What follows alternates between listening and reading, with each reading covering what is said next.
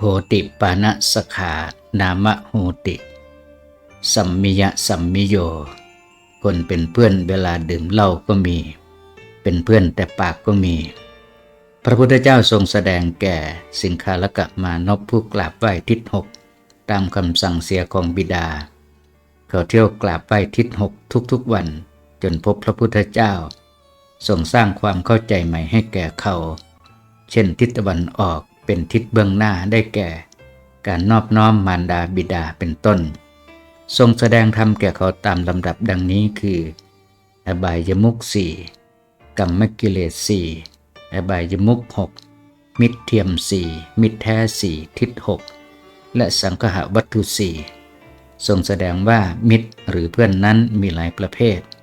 ภาษิตนี้หมายถึงมิตรเทียมเพื่อนแต่ปากย่อมเกิดแก่คนบางคนอยู่ต่อหน้าพูดว่าฉันเป็นเพื่อนพอรับหลังก็เป็นดุจศัตรูเลยทีเดียว